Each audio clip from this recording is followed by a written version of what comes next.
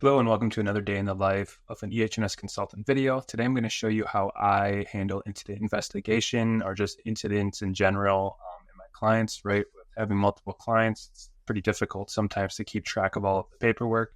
So I'm going to show you the online solution that I use to kind of take care of all of the paperwork and make sure to keep track of the injury overall. So let's get into it. So I use a system called Proact EHS to just keep track of all of the different clients that I have. One nice feature here is you can custom create a incident investigation form through the form builder, so you can use whatever information you want in there. Here I just created a very simple one, right? So this is where an employee would come into the system via their mobile device and simply put in the information related to the injury. So let's say arm injury. And let's just put the date.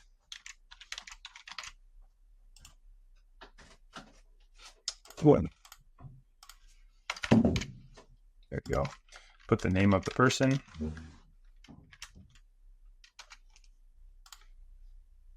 Date here. Type of the incident. So this is an injury. And you can say Bob hurt his arm. Okay, so this is all the employee would need to put in here. What's nice is this gives an employee the ability to submit an incident investigation form, and then it can then get sent to me for sort of my review. So the way that that's done is it automatically creates what's called a safety event.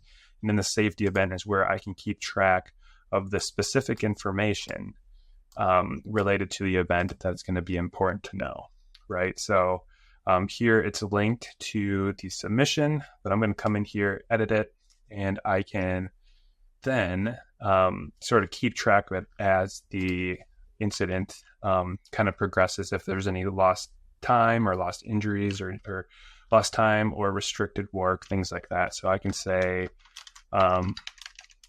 best arm injury. This identifier helps me keep track of where it is in the system. And this is where we can put things like the time period, the time, we can say 8 a.m., the shift they're on. We can put their job description in there.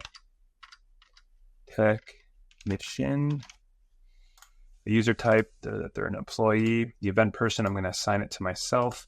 The location, we can put the location if there's multiple locations of the facility. And then this is where you start putting your event type. So this is where you might recognize, okay, hey, this is the types of things that you're going to normally be seeing on an OSHA log.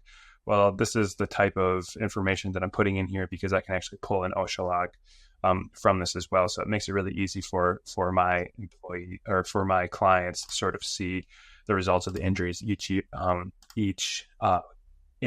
an annual basis, right, when we need to be publishing our OSHA logs. Right, so we put all of the information in here. This is an injury. This is going to be, let's say, an OSHA recordable. So, contusion on arm. So again, we've got an injury, and it's not going to be lost time, but there is restricted days. So this is where I can keep track of the restricted days. Let's say right now I got a doctor's note, and it's going to be restricted until the end of the week, and then they're supposed to be fully back on, right? I can come in here and re-edit this as needed, but right, there's no fatality, no emergency room, no hospitalization overnight, no interruption. I'm going to come in here and save this, and this is going to put it in sort of an assemble state. So I could come back in here, edit it. Let's say he's on restrictions for one more week, right? I can come in here, edit that, and then once the case is sort of closed, I can come in here, submit the final report, and that will be stored in the system. And the analytics, so like at the end of the year for the OSHA log, I can then come in and get that data from this to publish the OSHA log.